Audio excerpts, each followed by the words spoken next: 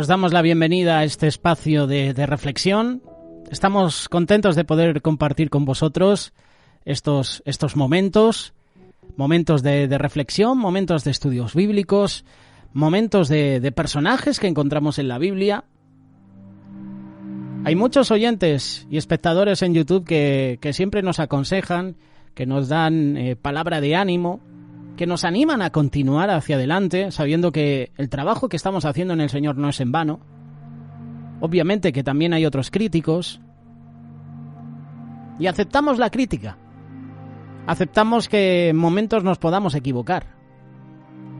Lo que no vamos a aceptar, obviamente, es que insulten nuestras creencias. No hay nada peor que la blasfemia contra el Espíritu Santo. Y así hay gente. En cualquier vídeo que se suba en YouTube o en cualquier otra red social, siempre vas a encontrar detractores, siempre vas a encontrar personas opuestas a lo que estás compartiendo. Y con esto no me quiero referir a nadie en concreto, pero hay personas así, que si no vas acorde a lo que ellos dicen, si no estás a favor de sus puntos de vista, ellos critican. Igual que nosotros muchas veces. Queremos tener siempre la razón. Somos así por naturaleza. Por eso este mensaje va para todos en especial. Es un mensaje duro, es un mensaje a veces complicado. Yo en varias ocasiones ya te he mencionado que compartir del Apocalipsis es difícil. Cuando se nos comparte el Apocalipsis quizás entendamos bien el mensaje a las 7 iglesias, pero ya está. Cuando se nos empiezan a compartir sobre el dragón, las bestias, la iglesia, el anticristo, la venida del Señor, los ángeles, los sellos, las copas, como que eso ya no nos gusta, ¿verdad? Omitimos esos pasajes. Nos dan como miedo. El libro de Apocalipsis nos muestra cómo todos estamos inmersos en una guerra espiritual de alcances universales. Esta guerra espiritual no se da entre dos fuerzas iguales, sino entre el Dios Todopoderoso y Soberano y aquellos que se han rebelado contra su voluntad. El libro de Apocalipsis fue escrito originalmente para las 7 iglesias que aparecen al comienzo del libro. Puedes leerlo, Apocalipsis capítulo 1. Son mencionadas de nuevo al final, en el capítulo 22, verso 16. Es decir, contiene verdades que fueron relevantes para aquellos en su tiempo y lugar, y al ser palabra de Dios, también nos alcanzan a nosotros aquí y ahora. En este libro el Señor da consuelo a una iglesia perseguida. Muestra a través de símbolos, imágenes, figuras, cómo Él va a vencer sobre todos sus enemigos. Nos habla de un Dios que tiene dominio absoluto sobre toda nación, sobre todo gobierno. Dirige la historia hacia un fin seguro. Ese fin seguro es la manifestación del glorioso reino de Cristo sobre toda la creación. El libro entonces relata lo que ocurre en los últimos tiempos. En la Biblia no se refiere a un futuro lejano, sino al lapso que va desde la primera hasta la segunda venida de Cristo. Y este relato no lo hace de forma cronológica, sino contando varias veces los mismos acontecimientos, pero desde distintos puntos de vista y con distintos énfasis cada vez. Te invito a que leas Apocalipsis capítulo 13, ahí es donde nos queremos detener. En cuanto al contexto de este pasaje, el capítulo anterior muestra cómo la enemistad predicha en el libro de Génesis entre la mujer y el dragón, es decir, la serpiente, llegó a su punto máximo. Satanás mostraba todo su odio contra la mujer, que es el pueblo de Dios, y contra el hijo de esta, que es Jesús.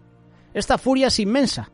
Sus planes son terribles, pero todos los ataques del enemigo fueron frustrados.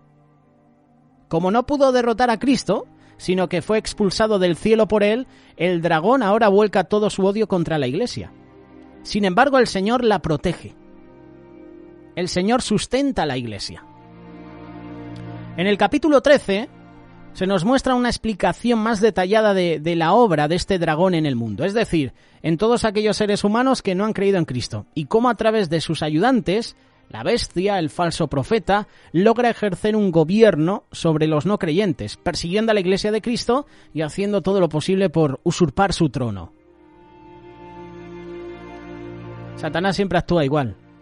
quiso el trono de Dios, por eso se rebeló con una tercera parte de los ángeles.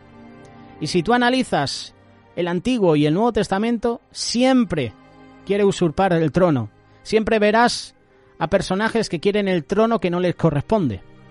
Adonías, por ejemplo, quería el trono de David su padre. Y David, por parte del profeta, unge a su hijo a Salomón como rey. Tenemos también el caso de Absalón, también hijo de David, quería el trono. Así en muchos casos. El enemigo siempre actúa igual. Quiere el trono de nuestro corazón. Ese trono que, si somos discípulos de Cristo, le pertenece a Dios. Vamos a hablar de la bestia. Vamos a hablar del dragón. Vamos a hablar de la iglesia. En primer lugar, la bestia. Si analizas del versículo 1 al versículo 10 del capítulo 13, se nos habla de la violencia del mal. Si revisas otras traducciones, verás que el que está parado sobre la arena del mar es el dragón. Hace referencia directa al capítulo anterior.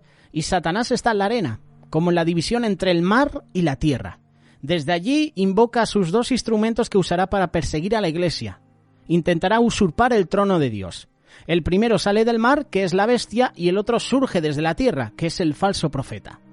La primera bestia, entonces, surge desde el mar, que según este mismo libro significan pueblos, muchedumbres, naciones y lenguas. Apocalipsis capítulo 17, verso 15. Entonces la bestia no es una clase distinta de ser, no es un ángel disfrazado de hombre o algo por el estilo. La bestia es propiamente humana, es la expresión máxima de rebelión a Dios y de orgullo. Es el hombre aliándose con Satanás. Es el producto de la obediencia de Adán y Eva a la serpiente. Es el máximo exponente del pecado en el ser humano. Por eso también se le llama el hombre del pecado. Segunda de Tesalonicenses capítulo 2, verso 3. La apariencia de esta bestia es similar a la del dragón.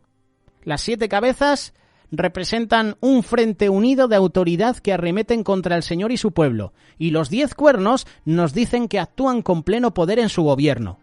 Las cabezas y los cuernos, es decir, la autoridad y el poder, son los mismos de Satanás, quien detrás de otra bestia, ya que usa los gobiernos humanos y a los poderes de este mundo para llevar a cabo su plan, estamos hablando de una fuerza imponente, que no se debe menospreciar. Todo dirigido por Satanás. Además tenía sobre sus cabezas un nombre blasfemo. Y esto nos da la idea del eslogan de un gobierno. Esta es una idea muy antigua. Ya lo observábamos en los Césares de Roma. Por ejemplo, en la Revolución Francesa se usó el eslogan «Sin Dios ni maestro». La característica de este gobierno entonces es la irreverencia, la insolencia contra Dios. La blasfemia es una característica del hombre no redimido. Romanos capítulo 3, versos 13 y 14. Sepulcro abierto es su garganta, con su lengua engañan, veneno de áspides hay debajo de sus labios. Su boca está llena de maldición y de amargura. La bestia lleva esa característica natural del hombre pecador y lo lleva a su grado máximo. Por otra parte, la descripción que se hace de esta bestia nos lleva al libro de Daniel, capítulo 7. Allí se presentan a 4 bestias. La última de ellas es un reino maligno que va a dominar sobre la tierra con gran poder. Juan resume estas 4 bestias en una sola. Esa bestia es la máxima expresión de la maldad humana. Es el máximo exponente del poder y el dominio del hombre sobre otros hombres. El leopardo representa la rapidez, la eficiencia mortífera para capturar a la presa. El oso representa el poder para destrozar, la fuerza enorme del golpe con sus garras que destruye a su presa. La boca del león nos habla de la crueldad, de la brutalidad de esta bestia. Ella entonces es una combinación de habilidad, eficiencia mortal, poder destructivo, crueldad, brutalidad. Así es este gobierno del mal. Y yo soy de los que piensan que los animales son naciones. ¿El leopardo dónde está? En el continente africano. No verás un leopardo en Europa, ni en América Latina. Su hábitat natural es África. El oso, ¿a qué nación la podríamos representar? A Rusia. El león, Reino Unido. El águila, Estados Unidos. Si te das cuenta, son símbolos de estas naciones. Es mi opinión. A lo mejor tú piensas diferente, pero yo pienso que los animales tienen una referencia a naciones. Además, esta bestia goza de toda la complacencia del dragón, quien le da su poder, le da el trono, le da autoridad.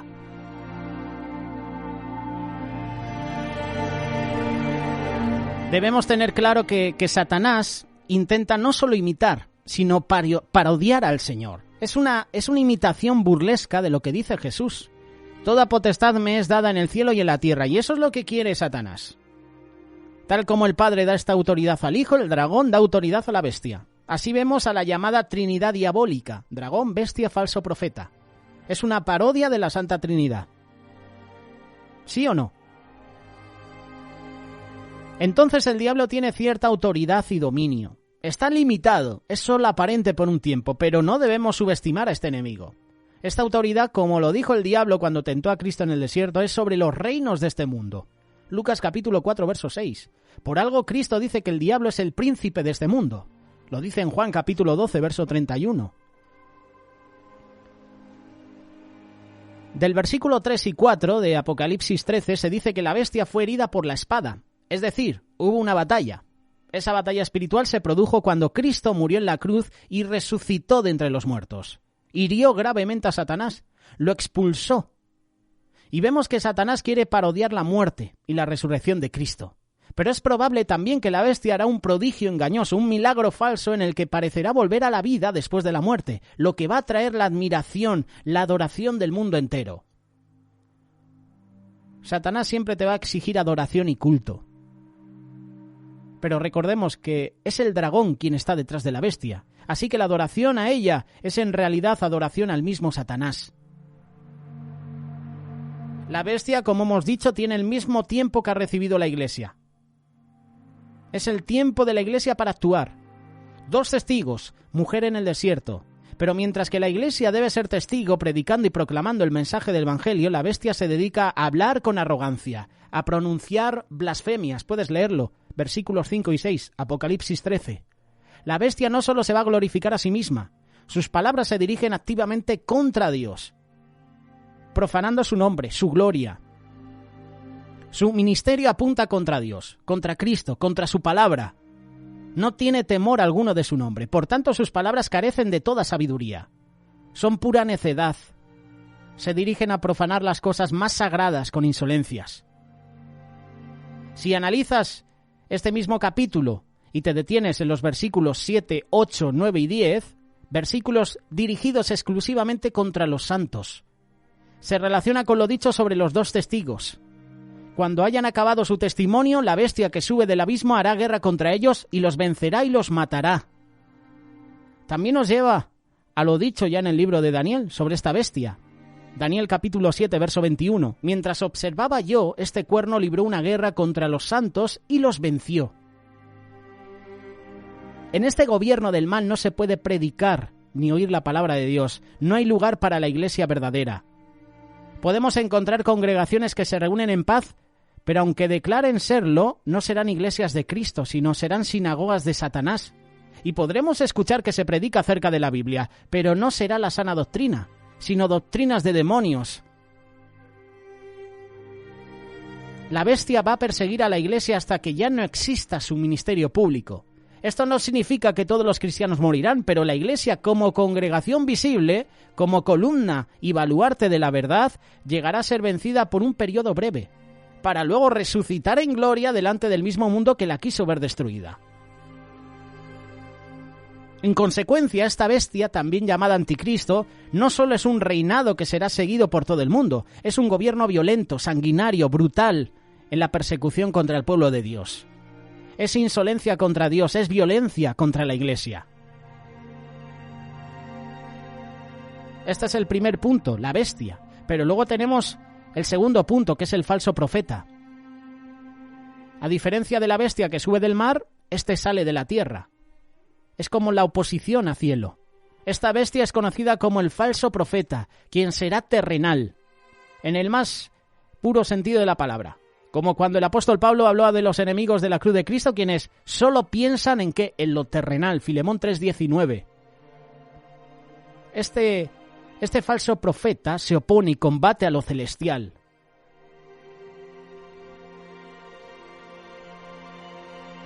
Este falso profeta se presentará con apariencia de cordero. Querrá pasar por Jesús. Se presentará como un Mesías, pero en realidad es un dragón. Su naturaleza es diabólica. Y esto nos recuerda una característica típica de los gobiernos humanos, sobre todo de aquellos que prometen establecer un paraíso en la tierra. Tienen discursos mesiánicos, se presentan como salvadores, pero luego se transforman en tiranías. Y en vez de traer un paraíso terrenal, desatan un infierno en la tierra. Y esta característica será especialmente en el gobierno de la bestia, en el gobierno del falso profeta. Tal como el Espíritu Santo glorifica al Padre y al Hijo, este falso profeta ejercerá la autoridad de la bestia para su ministerio maligno. Hará que adoren a la bestia, ordenando levantarle imagen. Y esto era una forma típica en la antigüedad de rendir culto a quien estaba en el gobierno. Lo vimos con Nabucodonosor en el libro de Daniel. Lo hicieron los emperadores romanos. Lo hicieron los nazis, también con la esvástica. El régimen comunista con la hoz y el martillo. Son ejemplos. Esto que ya hemos visto es solo una sinopsis de lo que va a ocurrir con el hombre de pecado. Pero todo esto se va a llevar al extremo. Realizará señales y prodigios, tal como Cristo los hizo. Y esta es una nueva parodia del mal. El falso profeta siempre imita milagros de verdaderos profetas de Dios, como lo fue Elías, por cuya oración Dios mandó fuego del cielo delante de los hombres. Y vemos que las señales y los prodigios por sí mismos no nos dicen si alguien habla de parte de Dios, solo tienen sentido cuando se enmarcan en la palabra de Dios. Solo se enmarcan cuando esos milagros hacen que tú te dirijas a Dios, hacen que tú te encuentres con Dios, hacen que tú tengas un encuentro personal con Dios. Ese es el poder engañoso del que habla el apóstol Pablo. El malvado vendrá por obra de Satanás con toda clase de milagros, señales y prodigios falsos. Con toda perversidad engañará a los que se pierden por haberse negado a amar la verdad y así ser salvos. El falso profeta infundirá aliento a esta imagen, a la bestia, lo que nos dice que va a convencer a los habitantes de la tierra de que la bestia es una divinidad. Así concentrará en él lo político, lo militar, lo religioso. Su dominio será total, generalizado sobre toda tribu, lengua, nación. Propaganda engañosa de falso profeta, mientras el Espíritu Santo convence para salvación de los hombres. El falso profeta convence para perdición eterna. Es la misión de Satanás que tú no tengas un encuentro personal con Jesús. Satanás no quiere que te salves. Por eso va a engañar a muchos. Y tristemente, a hermanos y hermanas en la fe. Podemos imaginarnos a la bestia y al falso profeta como los dos brazos del dragón. La bestia es el brazo del gobierno, de la autoridad, el poder, el dominio, el control político sobre todos los hombres. El falso profeta controla las mentes, usa engaños, crea las ideas y los pensamientos necesarios para que la bestia pueda ejercer su poder, su dominio. Es el instrumento de propaganda. Con el brazo de poder y el brazo del engaño, Satanás ejerce dominio sobre el mundo. Y el tercer punto, los seguidores del dragón. Si lees este capítulo 13, no trata solo del dragón, la bestia y el falso profeta, sino que también de sus seguidores. En repetidas ocasiones se enfatiza la idea de que su reinado es mundial. Todos los seres humanos que no formen parte de la Iglesia de Cristo se someterán a este gobierno del mal. Y la adoración a la bestia simplemente refleja un corazón perdido en tinieblas. Un corazón que no está dentro del pacto con Dios. Los que tienen el sello de Dios no van a adorar a la bestia. Todos los demás se van a rendir a sus pies, la adorarán como un dios. Todos los condenados adorarán a esta bestia y se van a maravillar de su prodigio falso. Y este es el colmo de la maldad, ya que rechaza la obra más poderosa jamás realizada. ¿Cuál es? La resurrección de Cristo. Esta adoración no puede ser más insolente, esto porque le dedican el culto que solo se debe rendir al Señor, como si la bestia fuera única en su majestad y poder. Éxodo 15:11. ¿Quién como tú entre los dioses, oh Señor? ¿Quién como tú majestuoso en santidad, temible en las alabanzas, haciendo maravillas. La bestia refleja orgullo, jactancia, vanagloria del hombre, rebelión contra Dios.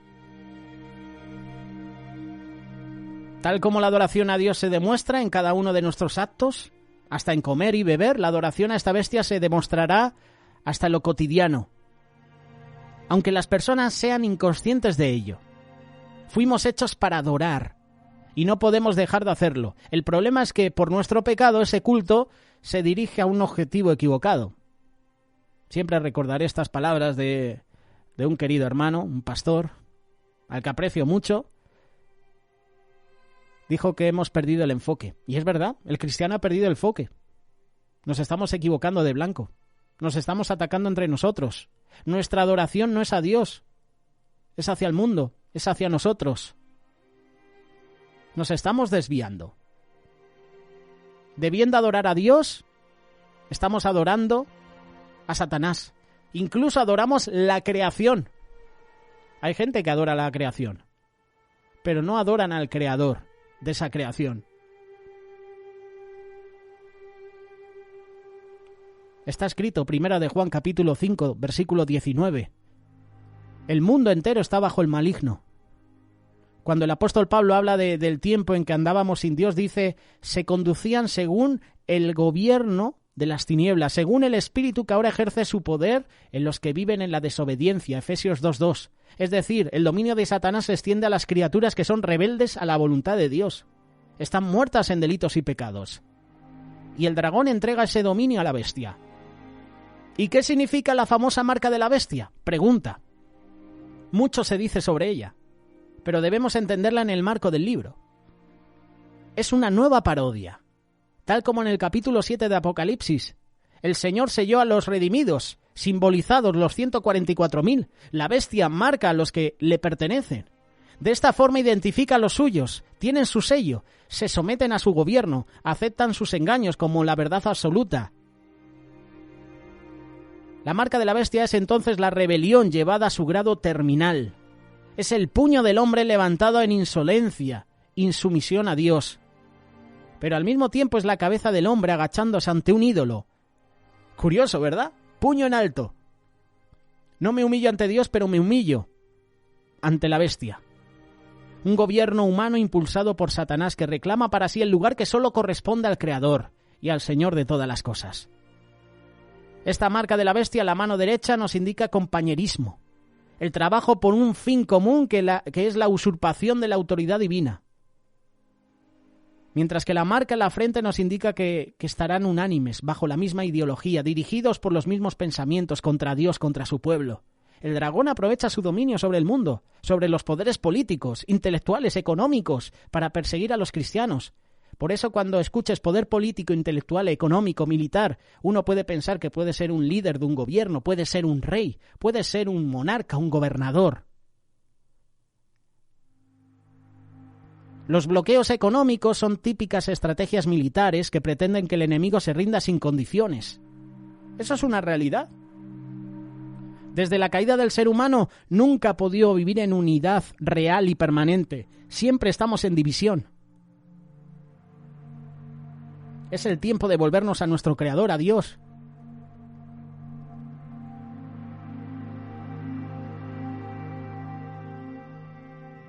Aquí es donde entramos tú y yo, los redimidos del Cordero. Cuando lees el pasaje y cuando te cuentan sobre las bestias, uno se aterroriza.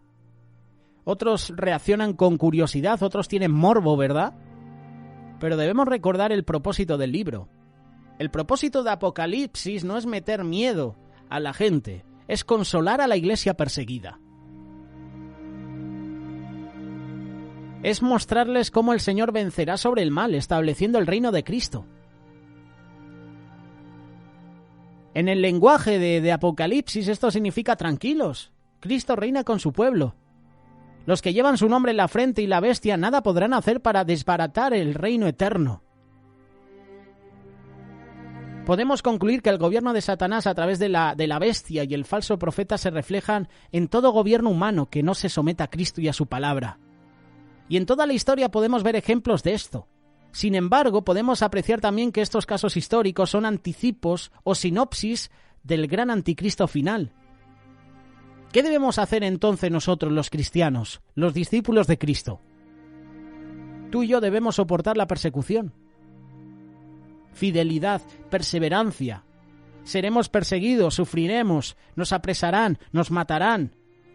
Debemos sufrir tales cosas, sabiendo que el galardón es mucho mayor. Esto echa por tierra el pseudoevangelio de la prosperidad. Yo estoy totalmente en contra de ellos. Los cristianos no debemos combatir espada contra espada. Tú y yo no debemos combatir espada contra este gobierno del mal. Debemos soportar en la fe, paciencia de los santos, padeciendo penalidades como siervos de Cristo, esperando la justicia de Dios que hará y destruirá a la bestia y a sus seguidores.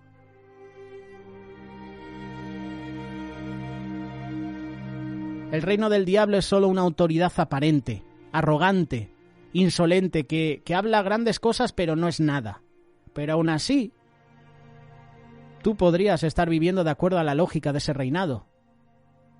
Ese reinado que exige obediencia, adoración. Aunque este rey es un impostor, un mentiroso, un perdedor, tú puedes vivir absurdamente obedeciendo sus órdenes. Tú puedes vivir sujeto a su voluntad. Pero a veces no nos damos cuenta de eso. El adorador de la bestia puede ser estudiante universitario, puede ser una dueña de casa que lava los platos, que ve telenovelas como cualquier otra, puede ser un anciano que da de comer a las palomas sentado en una plaza, puede ser un kiosquero, un senador, un oficinista, un médico, un profesor. En su corazón ya está la materia prima para adorar a la bestia. Y adorar a la bestia significa rebelión contra Dios. Y cuando nos imaginamos al diablo tenemos en mente esta imagen. Horripilante, ¿verdad? Se nos muestra como un ser repugnante, feo. Cuernos, tridente, cola. Pero la fealdad de Satanás no está en las facciones de su rostro, sino en su rebelión contra Dios. En su desobediencia a Dios. En su desobediencia a la palabra de Dios. Y ese es el elemento el que caracteriza al adorador de la bestia. Rebelión contra Dios. De la misma forma, algunos esperan que la bestia y el falso profeta se presenten diciendo: hola, somos el gobierno del diablo, venimos a llevarlos a la condenación. Así no va a suceder. Se va a presentar como una sociedad renovada, civilizada, con justicia, que van a pretender traer paz, igualdad, virtud ciudadana, todo eso, pero sin Cristo. Y entonces tú y yo nos tenemos que dar cuenta de eso. Desde ahora tenemos que estar preparados para ese tiempo. Lo decisivo en todo es si reconocen a Cristo como Rey. Ahí es al punto donde queremos llevarte con este pasaje de Apocalipsis 13. Lo decisivo es si reconocen a Cristo como Rey, si se someten a su palabra. Si alguien viene a predicarte un evangelio que no reconoce a Cristo, cuidado.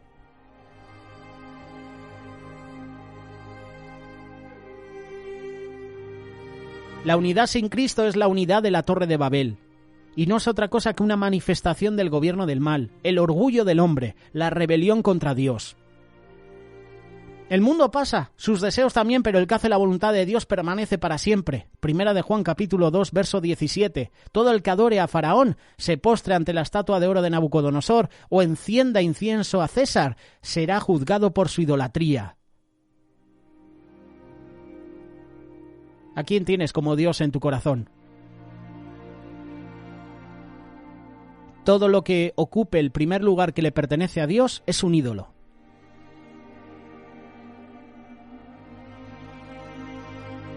La bestia y sus seguidores se jactan neciamente. Primera de Tesalonicenses capítulo 5, verso 3. ¿Quién como la bestia? ¿Quién podrá luchar contra ella? Cuando digan paz y seguridad, entonces vendrá sobre ellos destrucción repentina, como los dolores a la mujer encinta, y no escaparán. Mas vosotros, hermanos, no estáis en tinieblas, para que aquel día os sorprenda como ladrón. Por más fiera que sea la bestia, por más elocuente que sea el falso profeta, por más temible que sea el dragón, Cristo reina, y él vencerá a todos sus enemigos y los aplastará bajo sus pies. Todos los reinos del mundo vendrán a ser del Señor y de su Cristo, y él reinará por los siglos de los siglos. Por eso, hermano, hermana, persevera. persevera hasta el final. Y recuerda, Cristo reina, y nosotros reinaremos con Él.